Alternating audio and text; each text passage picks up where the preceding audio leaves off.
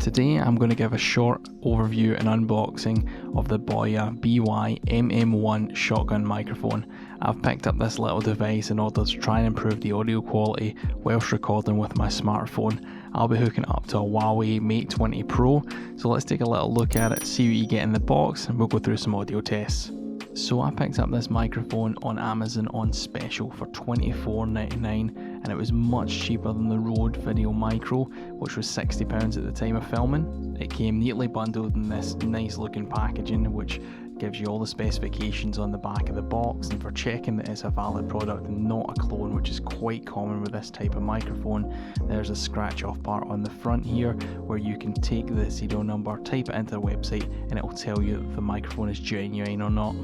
And upon opening the packaging, we are presented just with this plastic holding section, which once we slide out here, you're able to see that we are instantly presented with your warranty registration card and also your manual showing you how to connect it to the various different devices. And moving on with the unboxing, we see here that we are presented with a TRSS cable for use with a mobile phone. We're presented with the shock mount that attaches it to any tripod, and we have the TRS cable for use with digital cameras. It also comes with this lovely leather pouch, which you can put all of it in it to keep it all together at the one go. And last but not least, we have the microphone itself. As we can see here, it has a dead cat. The quality is not spectacular and bits will fall off of it. And then we have the star of the show, which is the Boya MM1 shotgun microphone. As you can see, it's quite small. It feels quite weighty in the hand and well built. It certainly looks the part, looks very similar to the Rode Video Micro. And what we're going to do is we're going to get it attached to the tripod we're going to be using for filming. The tripod we're going to be using is a Ulanzi tripod and tripod mount that we are going to be using to hold our Huawei Mate 20 Pro. That will be the phone we are using for the testing. Setup is fairly easy with it. All you have to do is take the shock mount itself, slide it into the position and screw it in. That'll hold it in place, and just pop on the Boya MM1 microphone. Now this microphone, just be careful not to break the shock mount. Plug in your TRSS cable, and what we're going to do is we're just going to set this tripod to the side at the moment because there is a last component that we need, and that would be the USB-C to aux adapter. You will need this if your phone does not have an audio port or a 3.5mm jack, as most of them unfortunately nowadays do not have. Okay, so this is just to give you a demonstration of the difference in the sound quality that is going to come off of both your mobile phone and off of the Boya MM1 microphone. So at the moment I'm recording this on the rear facing camera of a Huawei Mate 20 Pro, and we are using the inbuilt audio. We aren't using the Boya at the moment. This is just to give you a kind of sound sample of how the Mate 20 Pro sounds in general. It's not actually a bad microphone. The only problem I had noticed with it is just because of where the placements for the holes are. When you are vlogging or recording, walking about, it's very easy to cover them and you hear the rustling, the muffleness, and theoretically it's not as omnidirectional as the Boya is supposed to be. The microphone on it when I'm out and about does pick up a lot of background noise, whether that is people or cars passing you by. Now hopefully the Boya kind of changes that. Now this is just in a small office room and it's not very big and it's not sound treated either, but this is your audio test for the Huawei Mate 20. So I'm just going to plug in the Boya MM1 and you can hear the difference. Okay, so that's the Boya MM1 hooked up. The phone is through the cable for TRSS into the USB-C adapter, and it is now recording on external mic. I'm using Filmic Pro to do the recording. External mic is selected. It's the same phone, it's the Huawei Mate 20 Pro, and we are using the rear facing camera on there. Now again, this room is not sound dampened, sound treated. It is very few furniture in it and it has a tad of echo. You've heard what the Mate 20 Pro sounds like. This is now what the Boya MM1 sounds like. I'll also do a short comparison of what both sound like with a little bit of EQ on it, and the volume levels changed just a tad. Just from what I can see in the camera already, I can see it looks like the shotgun mic, although I would have expected it to record at a slightly higher level. The audio recordings itself seem to be a lot lower.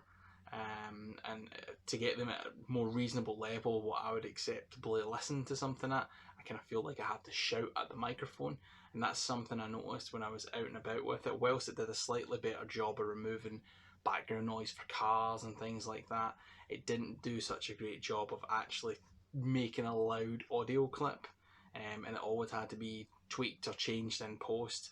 Unfortunately, I don't have a copy of those clips. I'd moved them over to the PC and accidentally deleted them, but it is what it is. If I get a chance to record some more and it's something that you're interested in seeing, I will certainly do so.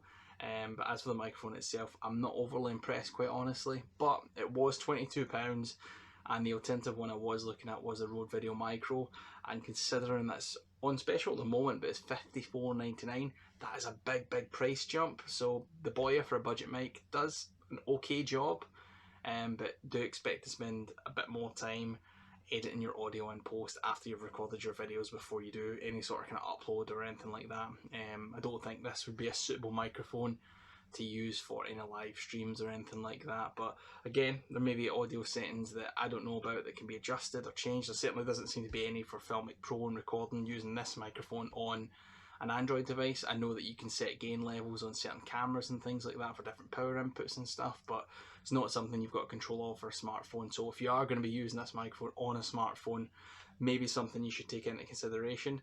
The Huawei Mate 20 Pro has a, as far as I'm aware, it has an audio DAC built into it, so it should do a semi-competent job. But in my test results, I'm not overly impressed. But I'll leave some watermarks on the screen just to let you know which one you're listening to and if the audio has been manipulated or not. But this has been the Boya MM1 shotgun microphone. This is a sound test using the Huawei Mate 20 Pro microphone, just to hear how it deals with the background noise, so you can hear the sound difference. This is an audio test using the Boya MM1 shotgun microphone, just with a little bit of background noise, just to see how it tackles the sound difference.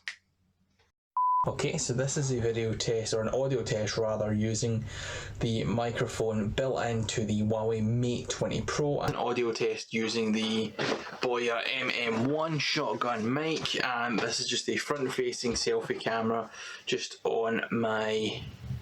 turn it that way a bit. On my mobile phone. This is the Huawei Mate 20 Pro, and this is just simply an audio test. So that was just a short overview of the Boya BY-MM1 shotgun microphone. It was used on a Huawei Mate 20 Pro, and inside in a small studio the audio wasn't spectacular. Unfortunately, I felt it was a bit washed out and the levels were really low. Boosting them up in post added a little bit of noise as well. It did fend better outside. Unfortunately, I don't have the test footage for that, but if you are looking to get some, send me a message, leave me a comment. I'll happily go and record some. I'm out of the house most days, at least going for a walk with the kid and stuff.